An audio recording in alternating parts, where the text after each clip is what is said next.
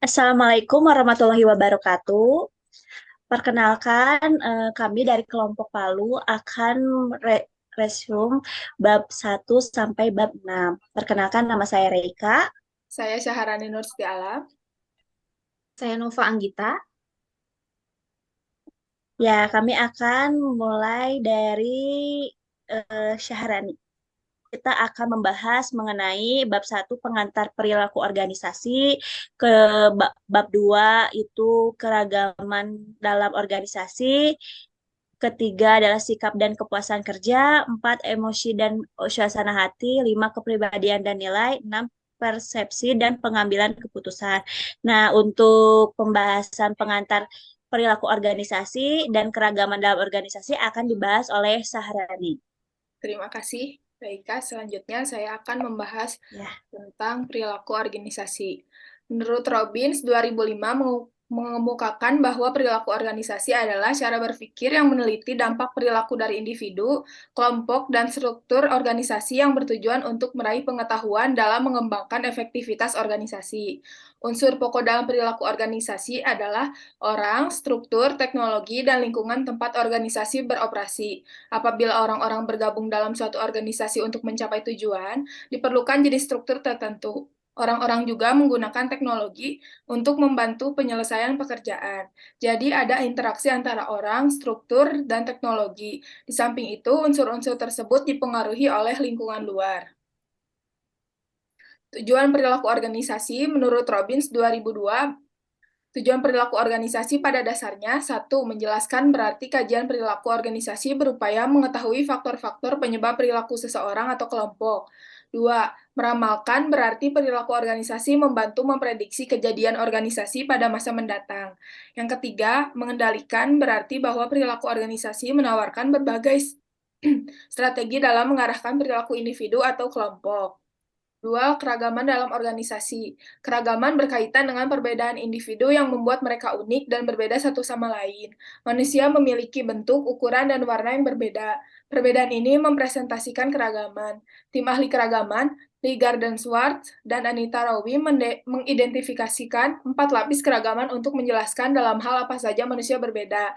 Lapisan keragaman tersebut adalah satu, kepribadian berada di pusat lingkaran keragaman karena mempresentasikan sejumlah karakteristik stabil yang menentukan identitas seseorang. Dua, dimensi internal. Dimensi internal umumnya di luar kendali kita tetapi sangat berpengaruh terhadap sikap, ekspektasi, dan asumsi mengenai orang lain dan mempengaruhi perilaku kita. Yang ketiga, dimensi keragaman sekunder yang terdiri atas pengaruh eksternal atau tempat kita tinggal dan tumbuh dan pengalaman kerja. Yang keempat, dimensi organisasional seperti senioritas, jabatan, dan fungsi kerja serta lokasi kerja. Sikap dan kepuasan kerja akan dibawakan oleh Reika. Ya, makasih Sahrani. Nah, saya akan membahas sikap dan kepuasan kerja. Kepuasan kerja adalah sikap atau perasaan seseorang terhadap suatu pekerjaan. Berarti kepuasan kerja seseorang tergantung pada bagaimana penilaian atau persepsi individu yang bersangkutan terhadap pekerjaannya. Penilaian tersebut bersifat individual, artinya antara individu yang satu dengan lain berbeda.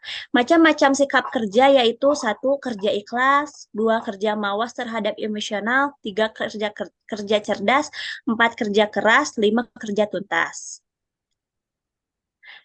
Aspek-aspek kepuasan kerja yaitu ada satu, pekerjaan itu sendiri, work itself. Setiap pekerjaan memerlukan suatu keterampilan tertentu sesuai dengan bidangnya masing-masing. Dua, atasan atau supervisor, atasan yang baik berarti mau menghargai pekerjaan bawahannya. Bagi bawahan, atasan bisa dianggap sebagai figur ayah atau ibu atau teman dan sekaligus atasannya. Ketiga, yaitu teman sekerja, merupakan faktor yang berhubungan dengan hubungan antara pegawai dengan atasannya dan dengan pegawai lain, baik yang sama maupun yang berbeda jenis pekerjaannya. Empat, promosi atau promotion merupakan faktor yang berhubungan dengan adanya tidaknya kesempatan untuk memperoleh peningkatan karir selama bekerja. Lima, gaji atau upah merupakan faktor pemenuh kebutuhan hidup pegawai yang dianggap layak atau tidak. Nah, dalam bekerja juga pasti ada ya emosi dan suasana hati. Kita butuh mengklarifikasi tiga istilah yang berkaitan secara dekat, afek, emosi, dan suasana hati. Afek adalah sebuah istilah umum yang mencakup beragam perasaan yang dialami orang. Dua, emosi adalah perasaan-perasaan intens yang ditunjukkan kepada seseorang atau sesuatu. Tiga, suasana hati adalah perasaan-perasaan yang cenderung kurang intens dibanding emosi dan seringkali tanpa rangsangan kontekstual. Emosi dapat berubah menjadi suasana hati ketika Anda kehilangan fokus pada kejadian atau objek yang mencetuskan perasaan tersebut dengan tanda yang sama. Suasana hati yang baik dan buruk dapat membuat Anda menjadi emosional sebagai respon pada suatu kejadian. Nah, kepribadian dan nilai akan dilanjutkan oleh Nova Anggit. Baik, terima kasih Reika. Saya akan menjelaskan tentang kepribadian dan nilai. Kepribadian atau personality bukan sebagai bakat kodrati, melainkan terbentuk oleh proses sosialisasi. Kepribadian merupakan kecenderungan psikologi seseorang untuk melakukan tingkah laku sosial tertentu, baik berupa perasaan, berpikir, bersikap, dan berkehendak maupun perbuatan. Adapun faktor penentu kepribadian, yaitu seperti faktor keturunan. Faktor keturunan merujuk pada faktor genetis pada individu, seperti tinggi badan dan gender. Yang kedua ada faktor lingkungan. Faktor lingkungan di mana kita tinggal sangat besar pengaruhnya terhadap pembentukan kepribadian pada setiap individu. Contohnya seperti norma dalam keluarga, teman, dan lingkungan kita. Selanjutnya, pengertian nilai. Nilai atau value menunjukkan alasan dasar bahwa cara pelaksanaan atau keadaan akhir tertentu lebih disukai secara pribadi atau sosial dibandingkan cara pelaksanaan atau keadaan akhir yang berlawanan. Nilai memuat elemen pertimbangan yang membawa ide-ide seorang individu mengenai hal-hal yang menyampaikan yang baik, benar, atau diinginkan. Nilai memiliki sifat isi dan intensitas.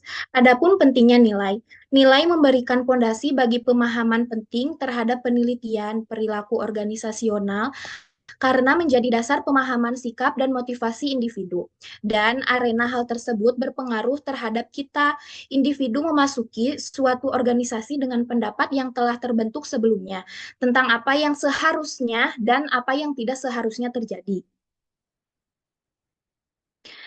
Selanjutnya ada persepsi dan pengambilan keputusan. Persepsi adalah proses individu mengatur dan menafsirkan kesan diri mereka untuk memberi makna pada lingkungan mereka.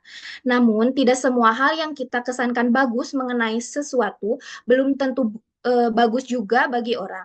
Nah, disinilah yang namanya persepsi, di mana setiap orang memiliki pendapat tersendiri untuk menilai suatu yang bersifat objektif. Adapun faktor yang mempengaruhi persepsi, yaitu ada faktor internal seperti fisiologis, perhatian, minat, kebutuhan yang searah, pengalaman dan ingatan, dan suasana hati.